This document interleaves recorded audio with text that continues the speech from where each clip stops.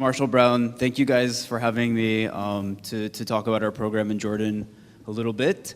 GGGI in Jordan is focused on the transport sector, so we have a few, I think, interesting studies ongoing and some progress being made. So I hope there's some good questions, and I think there's some really good opportunities for exchange between Jordan and Egypt, because I think partnering together is better in terms of economies of scale, in terms of learning and leapfrogging a little bit beyond the experience of just Jordan. So a little bit about GGGI. We actually just came to Egypt a few weeks ago to talk about setting up a new program potentially with the Ministry of Environment. So thank you for welcoming us for that event. In a little bit about GGGI, we're an intergovernmental organization that's based in Seoul, South Korea. We have core donors from Korea, the UK, Denmark, UAE, Norway, and Australia. Our senior leadership, our figurehead is Ban Ki-moon, former Secretary General of the UN, and the program in Jordan is headed by Ahmed Al-Amra and myself, but it's growing, definitely. GGGI has 27 member countries and country programs in most of those. And it's growing, and Egypt is an example of that, and quite a few other letters of interest have been received from countries in the Middle East. Many of them are interested in support for their transport sectors, so there's a lot of group learning that can happen. Our Jordan program focuses on these core areas. First, we're developing an action plan for the National Green Growth Plan, and that will cover 6 sectors with a set of implementable actions for each of those sectors and KPIs and targets set out to the year 2030. And those will be linked to the Sustainable Development Goals, the nationally determined contribution, and the other development goals of the government. In terms of sustainable transport, we have 2 projects ongoing that I'll tell you more about in terms of electrifying potentially the BRT system, the bus rapid transit system in Amman, and also working on setting up the market for electric vehicle charging infrastructure. My colleague Muna over there and our friend Ahmed. We also have a program on climate finance readiness. We're working on getting an entity accredited so that they can make that process of accepting GCF money directly to the country and maybe not have to take the extra step of going through a development partner. So we're trying to build the institutional capacity in Jordan to directly access that funds. So about green growth, just very briefly, I think it can be sometimes a confusing term, so just let me demystify a little bit for you. The basic principle here is that we're trying to rethink the role of the environment in developing your economy. So in the case of Jordan, there are certain fiscal constraints, relatively high debt to GDP ratio, making it difficult for them to take out sovereign loans. There's also very high unemployment, but these are not economic conditions that are unique to Jordan, actually. So how do we navigate sustainable development when you have these kind of conditions that make it difficult to take out loans and make the capital investments that you need? And so from our perspective, we tend to focus on the quality of growth rather than the quantity of growth. How can we leverage the environment and social sectors to make a better growth that's more sustainable in the future? So in Jordan specifically, and it's different for every country, but in Jordan, our National Green Growth Plan has 5 key areas of interest: natural capital, resource efficiency, climate change, economic growth, and social development and poverty reduction. So all of Jordan's green growth activities can be grouped under these 5 areas. I know there's a lot of overlap. It can be a little confusing what action fits where. But basically, this is how the SDGs are organized, and this is how green growth tends to be implemented at the country level.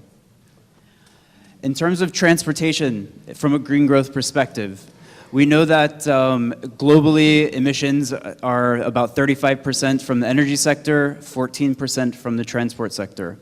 But there's also some important externalities that we have to consider. It's not just the environment. So productivity losses and GDP from traffic congestion, for example, is estimated in the US and Toronto, Canada, and the UK, maybe more developed countries, about 1 to maybe 2%. But in Lima, Peru, for example, a mid-income country, they're suffering 10% loss of GDP within that city just from traffic congestion. That's how long it takes people to get to work. That's how few people can have access to transport services, so they are not able to have a job maybe. And so we should also take that into consideration when we're planning our transport systems. In terms of traffic safety, accidents kill more than 1.25 million people annually. 90% of those happen in developing countries where the traffic systems and transport planning doesn't really sufficiently deal with those issues, or that there's not enough access to public transport, that it's a little bit of a safer infrastructure. And finally, the issue of equity and accessibility is very important. Private car-oriented transport makes it difficult sometimes for older people or poor people who can't afford a car, or women who might not have any other way to get to work. And so these are social benefits that come when you invest in better public transport infrastructure. The general trend is that as GDP increases, the road sector energy consumption increases. This means more people buy cars and they drive more. But you can see the green curve there. In certain countries, it's beginning to shift, such that they're having more sustainable transport systems, and over time, that curve is becoming even lower and lower. I think a very important point that we've kind of missed today, actually, is this issue of private car-oriented transport development versus public-oriented development. This is a very big issue in the government in Jordan. When I speak with the government officials about what type of sustainable transport do they want to invest in, it's difficult for them with very limited government resources to justify spending time helping people get cleaner cars when really there's not a solid bus system or a metro system that can provide equal transport opportunities for everyone. So we really have to balance the investments we make, given limited number of resources. And from a green growth perspective, the best option is actually to invest in public buses or subway systems. However, there are undeniable environmental and social benefits that come with electric vehicles, so it is worth talking about. So I'm going to tell you about two projects that GGGI is working on in the case of Jordan. The first is looking at how to electrify the Amman BRT system. So transport takes up 27% of total emissions in Jordan's case. But they've been developing this BRT, the bus rapid transit system, for a few years now to try to provide an increased supply of public transport in Amman. Basically, if you've ever been to Amman, you know that everyone drives cars, and it significantly hinders the economic productivity and access to economic empowerment. The project is a very high strategic importance for the country. It's in all the national strategies and the nationally determined contribution. And the loan is already secured. So AFD has provided a very large loan that covers 2/3 of the total cost of the BRT system. And when they gave that loan to them, started signing the loan agreements back in 2008 or 2009, at that time, the idea of an electric bus system didn't really make sense because the technology was not advanced. But after some delays due to various reasons, we sort of reapproached the French Development Agency and asked if they would be interested in re-examining the energy source for this system, and they were very interested. So we used our funds to undertake this options assessment. And in this study, we looked at what the potential electric options would be for the BRT in Amman. And we identified 3 that might be appropriate. The first is the opportunity charge system you see there on the left. So that arm above the bus is actually a charging point. And it charges along the route every few meters It can be every stop or every other stop, or if the line is short enough, it can be at the ends. And the second version is the battery electric bus, so it's a very large bus with a very large battery attached to it. And the third one is trolley buses, which already exist in a lot of countries. I mean, since the 60s and 70s, these have existed. So electric technology shouldn't be so scary, actually. We've been using electric transport infrastructure for a very long time. But I think now the phase that we're in, I'm going to skip this slide on the benefits. I think we all know this. But the phase we're in now is I think we're looking at more the appropriateness of a battery electric bus. So the baseline project now is using diesel fuel and to fuel basically a Euro 5 diesel bus. That's one of the best standards that you can get in terms of diesel buses. But the cost is very high for that fuel. Jordan imports 97% of its fuel, and consumers pay a lot of that at the pump. But for this bus project, our idea is to develop a solar power component using the wheeling mechanism, and that's part of one of Jordan's kind of showcase legislations or regulatory achievements in the energy sector. So we would build somebody would build about 8 to 10 megawatts, sure, okay.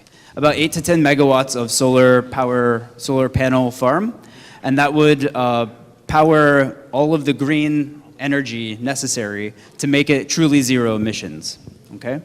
And then we would create a battery leasing business model where the utility would actually be the ones purchasing the batteries and the charging infrastructure, and then they would have a revenue stream by leasing the batteries to the charger or to the bus operators.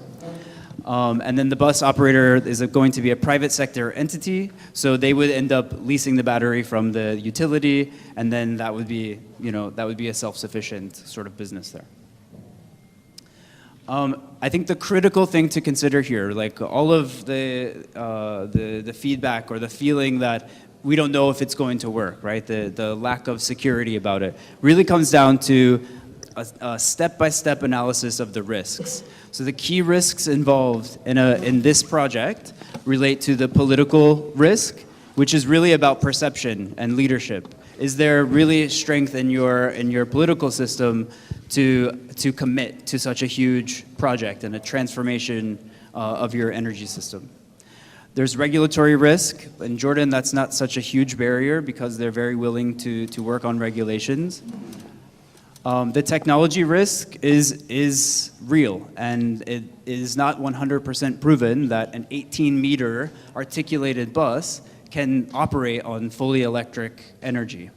So to deal with that issue and also to address some of the political risk, we're actually inviting the mayor of Amman and the city manager to a city in Poland where these technologies, all three that we studied, are under use, so that they can see firsthand how that works. They can talk to the mayor of that city and learn about their fears and how that all played out and whether it was worth it. So hopefully we can come back next year and explain to you that that trip really worked. I have very little time, I know, but the next project I want to tell you guys about is the development of the EV charging infrastructure market. So we did a study about the business case for EV charging, and it started very small. We were looking at basic question, why isn't there charging infrastructure? There's so many cars, the uptake is taking off in a very difficult to explain way. So why isn't the charging infrastructure just following? And the answer to that, we found out, is very simple. That the cap on the selling price for energy that a service provider can sell is too low in order for them to make that business profitable. So if I pay $50,000 for a charging station and I can only get maybe 5 cents or something for every kilowatt hour that I sell, that takes such a long time to pay off that there are very few people interested in investing. However, in the case of Jordan, there's some really very interesting dynamics happening there. The first is that you have the main oil or fuel provider actually implementing the stations in Amman. So Manasir actually has invested even though they sell diesel fuel for conventional engine cars, they're actually ahead of the curve in investing in the electric charging infrastructure, which is a really great partner to have on board strategically if you want to scale it up. Second of all, there's a huge demand from the consumer group, and thanks to the Nissan Leaf Facebook group, right? They've managed to bring people together to have a discussion and come to a consensus about what consumers are willing to pay. So they've been able to have this consumer group explain to the government that they would pay more money. They can raise the tariff rate to make it profitable. So it sounds like a very easy idea, a very easy solution, right? You just increase the tariff. But the problem with that is all of the other things that go with the system.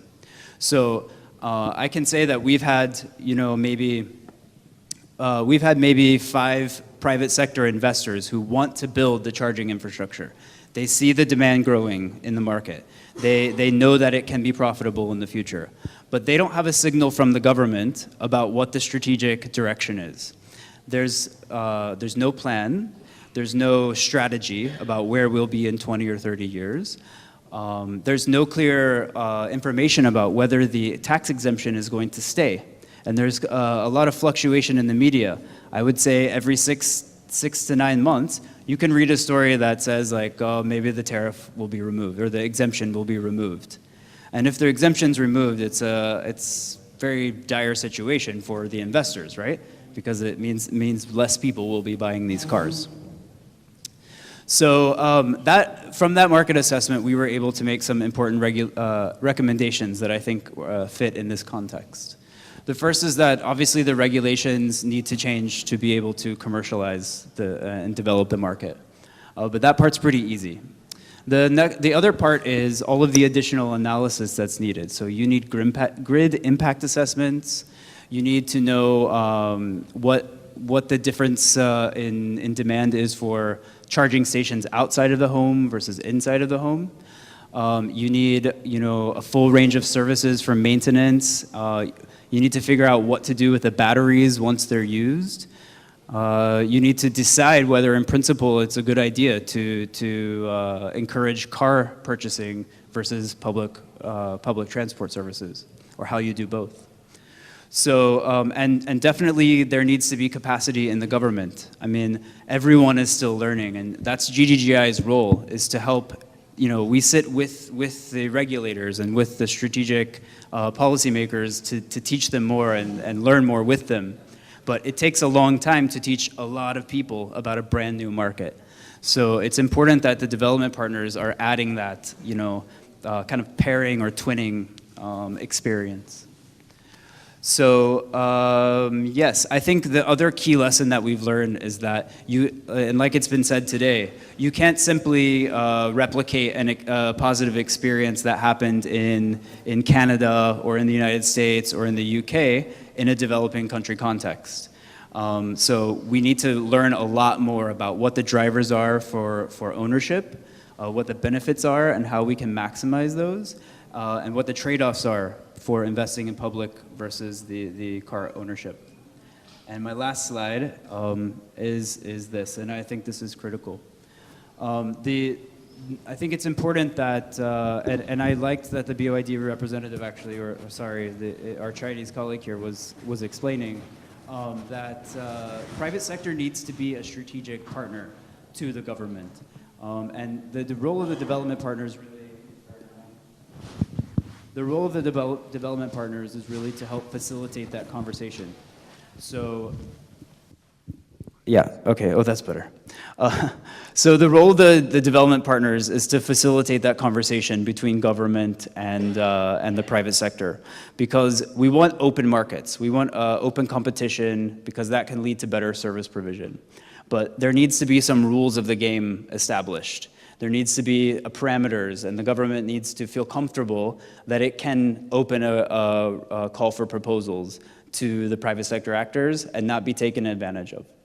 And at the same time, the private sector actors know, a lot of them know that they need to work with government to design the regulations, that they need to be patient, that maybe they need to front some of the feasibility studies. So this doesn't have to go through very long GCF approvals or JEF approvals, no offense, but I know that accessing that funds takes a lot of effort and a lot of time. But if you can make strategic partnerships with your private sector actors, they will invest in that right away because it's in their best interest. And the more you can pool them together and have them agree or commit to having an open and competitive market, I think the more likely you are to be successful. So yeah, with that, I'll finish there. And